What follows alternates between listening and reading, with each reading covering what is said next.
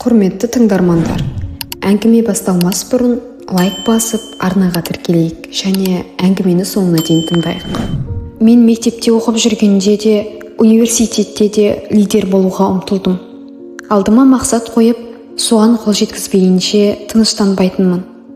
Университетке түскен соң өзіме жігітпен жүру, қыдыру деген болмайды деп талап қойдым.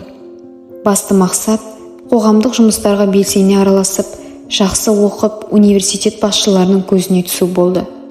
Меже қызыл диплом.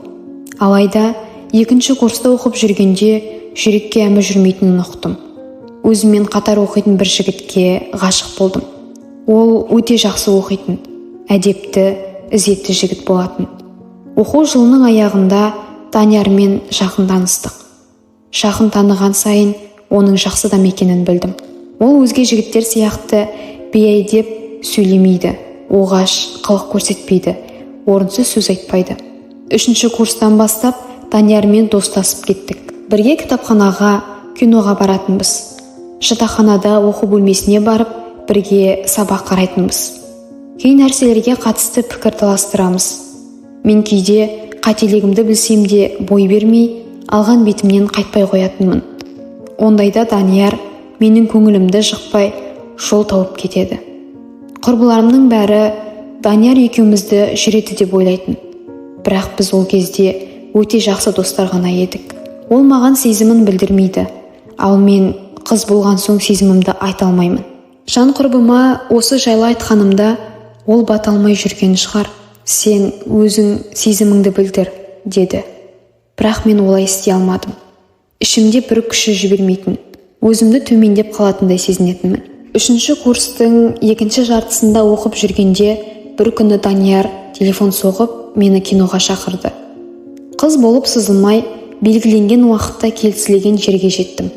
Келсем, кинотеатр алдында қолында бір құшақ гүлі бар Данияр тұр. Көре сала маған қарай жүрді. Қолындағы гүлін ұсынды. Сол сәтте маған жүрегін ұсынғандай сезілді. Гүл шоғы үлкен және өте әдемі екен. Данияр, киноға кіріп, сосын кафеге барайық, деп ұсыныс айтты. Неге екенін білмеймін. Мен бірден кафеге барсақ қайтеді дедім. Ол келісті. Кафеде отырғанда ол маған сезімін білдірді. Мен келісімімді бердім. Кафеден шыққан соң көшеде қыдырдық. Жатақханаға келген соң да ішке кірмей, далада ұзақ әңгімелесіп отырдық. Осылай жұбымыз жазылмай жүріп, университетті бітірдік. Екеуміз де қызыл диплом алдық. Университетті бітіре сала үйлендік. Ендігі мақсат магистратура. Данияр да магистратураға түспек болған. Бірақ біз үйлене сала, бөлек тұрған соң ба ол маған жол беріп, өзі жұмысқа кірді. Даниярдың анасы әйеліңді оқытқанша өзің оқуың керек еді, деп ренжіпті. Бірақ Данияр анасына мен әсел бітірген соң оқимын, ал ол кішкентайлы болып үйде отырып қалады. Сосын оқуға мүмкіншілігі болмайды деп түсіндіріпті. Солай Данияр жұмыс жасап, мен оқуымды жалғастырдым. Магистратураны бітіргенше кішкентайлы болмаймыз деп шештік. Данияр үй шаруасына да, сабағыма да көмектесіп тұрды. Солай еш қиындықсыз магистратураны қызыл дипломмен бітірдім. Жұмысқа тұруым да сонша қиын болмады. Бір беделді фирмаға қызметке орналастым. Сен балалы болсаң, бізді кім бағады, деп Данияр ол жылы да магистратураға құжат тапсырмады. Бір жылға жетпей кішкентайлы болдық. Кішкентай қызымыз бір жасқа толғанда бала күтуші жалдап, мен жұмысымды жалғастырдым. Ол кезде қатардағы қызметкер болып істеп жүрдім. Бір күні кадр бөлімінде істейтін құрбым, бөлім бастығының орны босап жатыр, соған 3 адамның кандидатурасы ұсынылды. Біреуі сенсің, деді. Бұрында жұмысқа уақытында келіп, тапсырманы уақытында орындап жүретін мен, енді одан да ертерек келіп, өзімді жақсы жағынан көрсетуге тырыстым. Арадан 2 апта өткенде, кадр бөліміндегі құрбым келіп, бастыққа кірдің бе, деп сұрады. Не үшін? Дедім.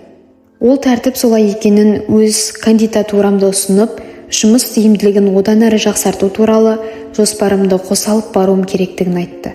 Данияр екеуміз түнімен отырып, ойда түйгендерді қағазға түсіріп, ертеңінде мен бастыққа кірдім. Бастық қағаздарды алып қалып, танысып болған соң өзі шақыратынын айтты. 2 күннен кейін бастық шақырды. Жоспарыммен танысып шыққанын, ұнағанын айтты.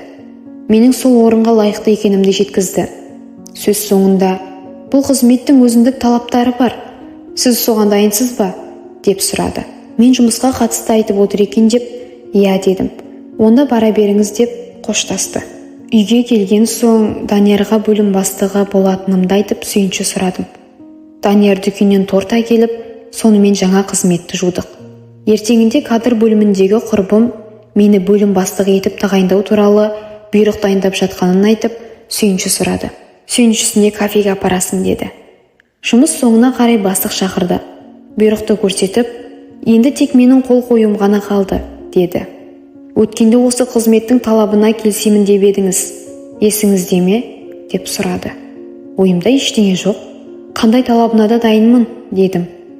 Онда өте жақсы, деді де, бүгін жұмыстан соң қызметіңізді жуамыз, сосын бірге боламыз, деді. Мен бір сәтке есеңгіреп қалдым. Не болғанын түсінбей тұрғанымда, ол үстемелетіп, не бөлім бастығы болғың келмей ме? Деді. Мен меңзең күйде отырмын. Бір жағынан қызметтен айырылғым келмейді.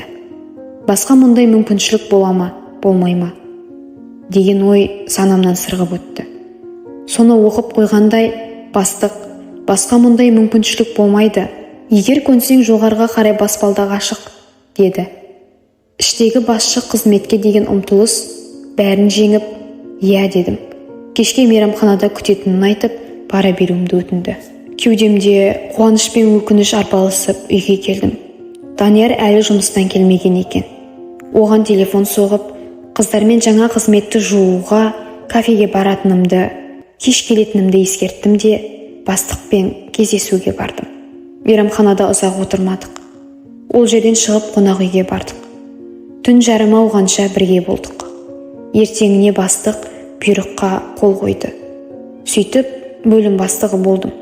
Бірақ оның бағасы мен үшін өте қымбатқа түсті. Оны кеш түсіндім. Қазір аразабы жегідей жеп жүр. Даниярдың көзіне шөп салғанымды кешіре алмаймын. Бірнеше рет оған айтпақ болып оқталдым. Бірақ оның жүрегін жаралағым келмейді. Бір ойым айтсам, ол мені түсінер, кешірер деймін. Ал кешірмесе ше, аразабы ішімді өртеп барады.